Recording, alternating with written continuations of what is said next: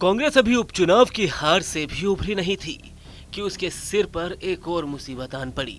ये मुसीबत नई नहीं है, बल्कि 2 साल पुरानी है, जब कांग्रेस के सामूहिक इस्तीफे के मामले को लेकर बीजेपी नेता राजेंद्र सिंह राठौड़ ने हाईकोर्ट का दरवाजा खटखटाया था। दरअसल ये बात है साल 2022 के सितंबर महीने की, जब कांग्रेस के 80 से ज्यादा विधायकों ने तत्कालीन स्पीकर सीपी जोशी को अपने इस्तीफे सौंप दिए थे। सामूहिक इस्तीफे के मामले में भाजपा नेता राजेंद्र राठौड़ हाईकोर्ट पहुंच गए थे। हाईकोर्ट में सुनवाई के दौरान पिछले साल विधानसभा सचिवालय ने ये कहा था कि विधायकों के इस्तीफे स्वैच्छिक नहीं थे, इसलिए उन्हें स्वीकार नहीं किया गया।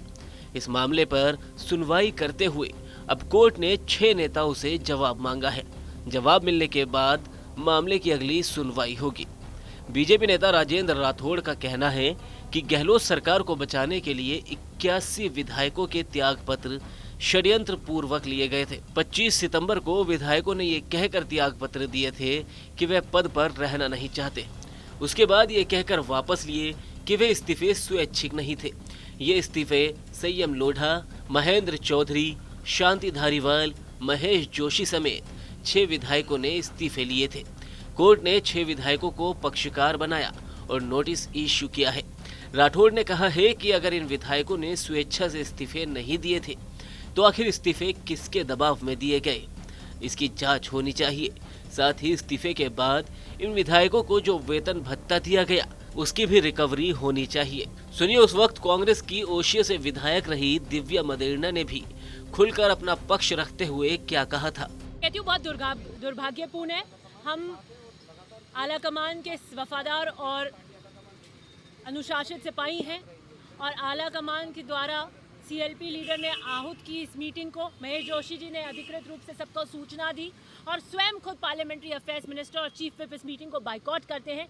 ये बिल्कुल ही अनुशासनहीनता की श्रेणी में आता है। उनके साथ कोई विधायक नहीं है, सब आज खुलकर आने लग गए हैं क्योंकि धोखे से भ्रम से उन्हें बुलाकर आगे पुलिस लगा दी गई, बसों के पुलिस लगा दी गई, सीपी जोशी जी के घर के आगे पुलिस लगा दी गई और जबरदस्ती उनको वहां पर ले गए। अब सब आकर कह रहे हैं कि हम इसके साथ नहीं, हमारी सहमति नहीं है, हमने इस्तीफा नहीं दिया और अपने कृत्यों को दिल्ली को धत्ता बताकर हाईकमान को चैलेंज कर अपने कृत्य को छुपाने के लिए माकन साहब के ऊपर अब आरोप लगा रहे हैं। आपने कहा कि अब चाहे वो कोई भी जारी करे आदेश आप नहीं, मैं बाध्य नहीं हूँ क्योंकि मुझे आप बताइए सैंटिटी क्या है, विश्वसनीयता क्या उनकी। उन्होंने ही मुझे फ़ोन किया कि 7 बजे सीएलपी की मीटिंग में आपको कल पहुंचना है। कांग्रेस के अधिकृत ऑब्जर्वर्स वहाँ आएंगे, 1 लाइन रेजोल्यूशन पास होगा, 1-on-1 विधायकों से मिलेंगे। तो अब वही अगर मुझे कल को फ़ोन करके कहते हैं कि सीएलपी की मीटिंग कहीं और है, फलाना होटल में है, तो फिर हमारे को साथ में कल को हमारी निष्ठा पे प्रश्न चिन्ह लग सकता है। उनकी विश्वसनीयता क्या है, इसलिए मैं उनके दिए हुए कोई भी निर्देशों के लिए बाध्य नहीं हूँ। दरअसल सितंबर 2022 में कांग्रेस आलाकमान के निर्देश पर 2 पर्यवेक्षक मल्लिकार्जुन खड़गे और अजय माकन जयपुर पहुंचे थे। उन्हें विधायक दल की बैठक में 1 लाइन का प्रस्ताव पारित कराने का आदेश मिला था। तत्कालीन सीएम अशोक गहलोत कांग्रेस के राष्ट्रीय अध्यक्ष की दौड़ में शामिल थे। ऐसे में चर्चा थी कि राष्ट्रीय अध्यक्ष की ताजपोशी से पहले प्रदेश में नेतृत्व परिवर्तन होगा, सचिन पायलट मुख्यमंत्री बनाए जाएंगे। इस चर्चा के बीच गहलोत खेमे ने विधायक दल की बैठक का बहिष्कार किया। विधायकों ने कांग्रेस आलाकमान की बैठक में जाने के बजाय तत्कालीन संसदीय कार्य मंत्री शांति धारीवाल के आवास पर एक समानांतर बैठक की। इस दौरान 81 विधायकों ने आलाकमान के खिलाफ बगावत की और अपने इस्तीफे सौंप दिए। इस गुट की मांग थी कि अगला मुख्यमंत्री उन विधायकों में से नहीं बनाया जाए जो मानेसर कांड के समय सरकार के साथ थे।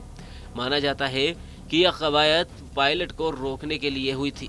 इसके बाद 81 विधायकों के इस्तीफे तत्कालीन स्पीकर सीपी जोशी को सौंपे गए थे। हालांकि विधायकों के इस्तीफे स्वीकार नहीं किए गए।